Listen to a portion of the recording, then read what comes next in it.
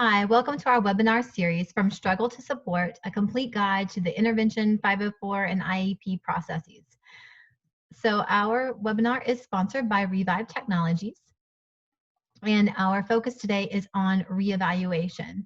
So we're going to go through the reevaluation form and talk about instances when a reevaluation may need to be considered.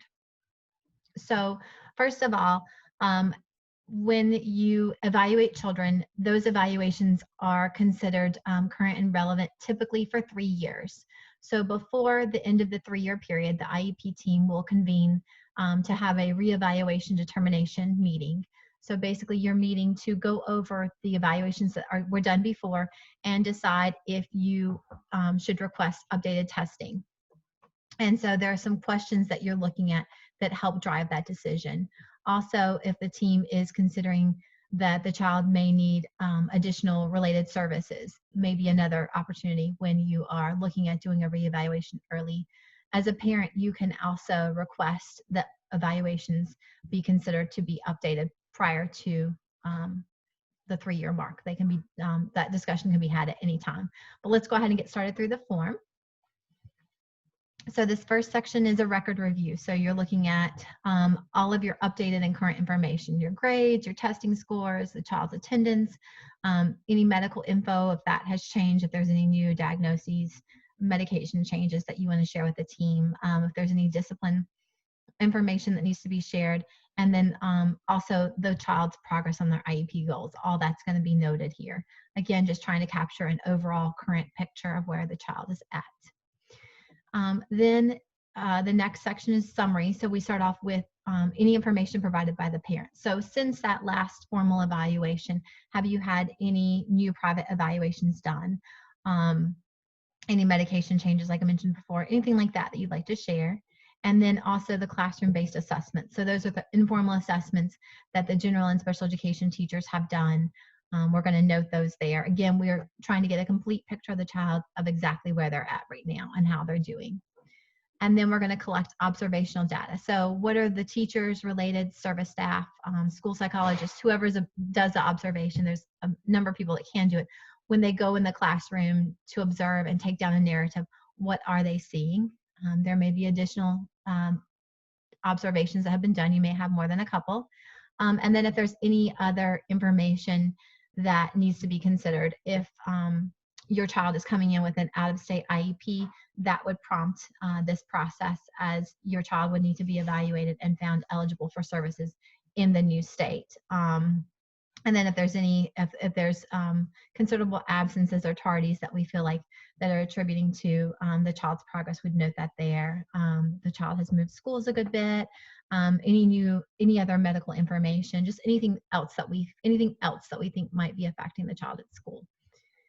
And then when we look at all that, we're going to go through and have really good discussion. We're going to look at those previous formal evaluations and decide if we feel that information is still current and relevant. So one option we have is that we would say no, that we don't need formal evaluations done. Basically, we're saying that we don't need updated testing. And if you disagree with that, you can certainly indicate that if you just disagree with the team's decision. Or the team may decide that yes, they do need to conduct formal evaluations. So you're to check this box, yes, you're saying yes to one of these. Does not have to be all of these, but you're meeting one of these criteria.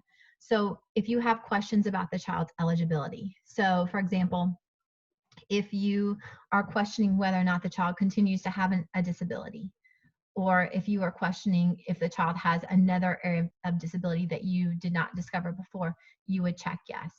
And actually, as a side note here, sometimes students actually are able to exit from special education because they have done so well and have really caught up with their peers. So when we have those annual review meetings, we write new goals based on the needs of the students. And if they've mastered their goals and we see there isn't anything really, like there isn't a next step they need to work on, they're pretty much right there with their peers now, that could trigger a reevaluation process where we come back to the table and say, okay, do we need updated testing, or do we have data to show that the child actually does still have a disability but doesn't continue to need specially designed instruction? That could prompt a reevaluation as well. Or if we're questioning if a child continues to need related services. It may be that a child had speech and again has done really well with the goals, has met all the goals, and we're not seeing a need for speech. That may prompt a reevaluation that we want to look at whether or not they continue to need that. It is a formal process. And then also if we need to tweak something with the development of the IEP itself. So do we need evaluations, formal evaluations, to give us updated information about the child's current academic achievement or functional performance? Or do we need to get testing to help us figure out if we need other additions or modifications to help them meet their goals? So are we looking at maybe we need to add related services, et cetera, to help the child meet their goals? So those are just some different times when we may want to request a reevaluation. Just because the 3 years is up doesn't mean that we have to. It's a team decision, and it's based on if there's a need for it and what we feel is best for the student. And then once we finish that process, we are still going to fill out our eligibility form, which, we would say that yes, they do still meet criteria to special education, and we would mark the primary disability and the secondary if there are any. And then we may say no, and this would come into effect, may come into effect if we evaluate a child because we're not sure if they still meet criteria and they now don't meet the criteria. That could change. And then we also have to still indicate that there is an adverse effect on educational performance. There are times when a child does meet criteria for an area of eligibility, but they're on grade level, they're doing well, and we don't have any data to show that just because they have a disability that it is impacting them educationally at this time. So that's something that we want to check there if that continues to be the case. And then again, we're going to note whether or not they require specially designed instruction. Again, this part looks just like for an initial. You're saying yes, they require specially designed instruction, or no, they do not.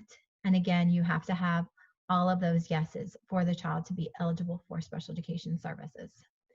And then again, with this, as any IEP meeting, we end with our prior written notice, which is our summary of decisions. We talk about what the team did decide to do, decided not to do, and then we talk about why. We talk about what data we used, if we considered any other options, if there was anything else that affected our decisions, and again, make sure that we've documented all the formal and informal evaluations that we have used to make our decisions. And that's it in a nutshell for reevaluation. Thank you so much for watching my video. And if you're interested, the next video up is about functional behavior analysis and behavior intervention plans. Thank you.